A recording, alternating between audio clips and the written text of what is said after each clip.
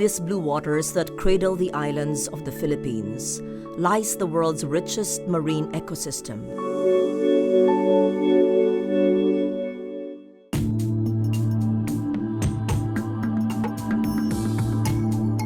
Vast coral reefs, seagrass beds, and dense mangroves, bursting with color and life, line the coasts and depths of its islands.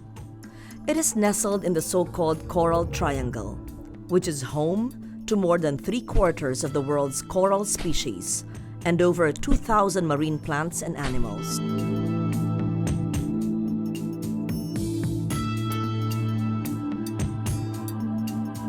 The natural abundance of the seas benefits more than half of the country's 98 million citizens, mostly farmers and fisherfolk living on coastal lands.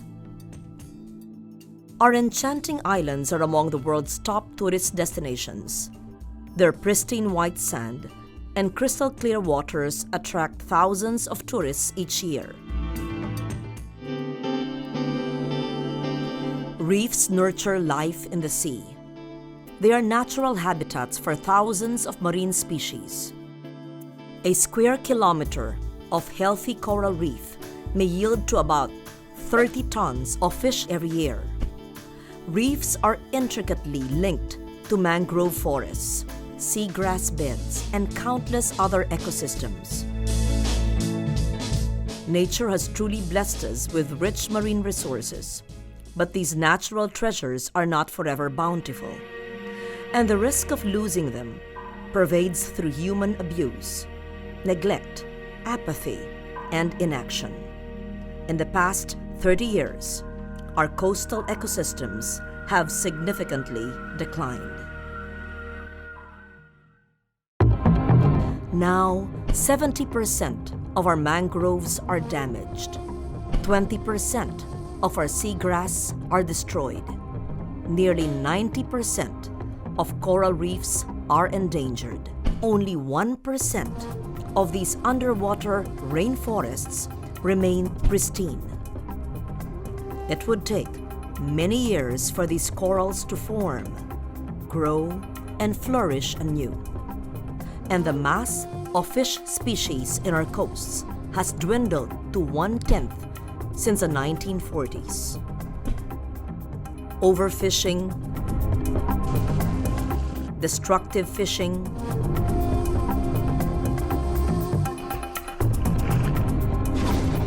urbanization, and pollution. All these degrade our marine ecosystems. Unpredictable weather extremes brought about by climate change threaten even more marine biodiversity as they destroy the coral reefs. To destroy coral reefs is to endanger the entire marine life. For us, its destruction affects the livelihood of our coastal communities, our food supply, our tourism, and our economy. We need our seas to live. In the 1970s, dynamite and cyanide fishing were common in Apo Island in Negros Oriental. As coral habitats were destroyed, their fish dwindled, and the community risked losing their very source of food and income. It was a turning point for the people of Apo Island. In 1982, the town adopted a marine conservation program that stopped these unsustainable fishing ways. The intervention there was a small fish sanctuary. At the time, it was about 6 hectares. And it was a way of focusing the people to the fact that they should start looking at the sea as a limited resource, not an open resource. Our main objective was to help deploy coral modules. These are artificial structures made of natural dead coral so that you can actually encourage new growth. And these were deployed inside the no-take zone marine sanctuary. The main goal there is first to help provide habitats for the fishes who used to live in living coral. And it's also to stabilize the rubble, wherein you are encouraging new growth without being damaged again. parts of the island were made into a marine sanctuary, where locals took turns to guard the coasts from any fishing.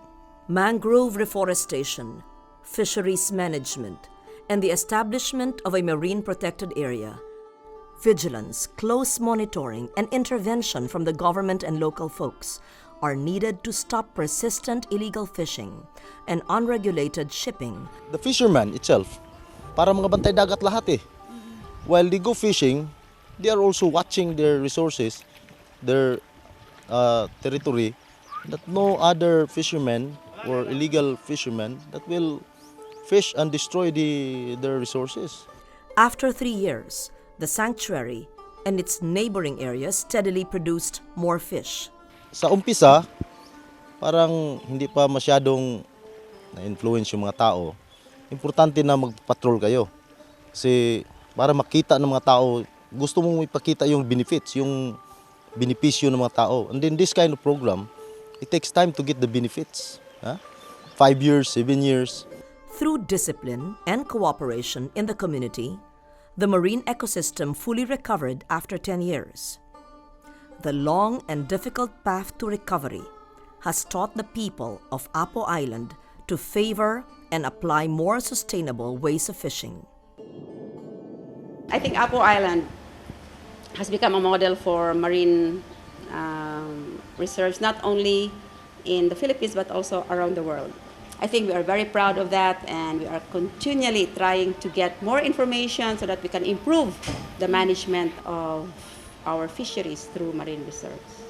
This means that, even if part of Apo has been damaged, especially the historical marine sanctuary, where everything started in conservation of the marine resources in the Philippines, there's still hope. They now embrace the much-needed balance in harnessing marine resources and protecting the ecosystems. Similarly, many other coastal communities across the Philippines face the daunting challenge of sustaining their marine resources amid the demands of a modern society and the risk spawned by urbanization and industrialization. We can only become worthy stewards of these natural treasures if we uphold and follow the environmental laws to protect our seas and act now to save our marine ecosystems from its current decline. Nature's inherent capacity for giving life always inspires and brings hope. We too can inspire to nurture life in our seas. Save our marine life now and sustain our children's life today and tomorrow.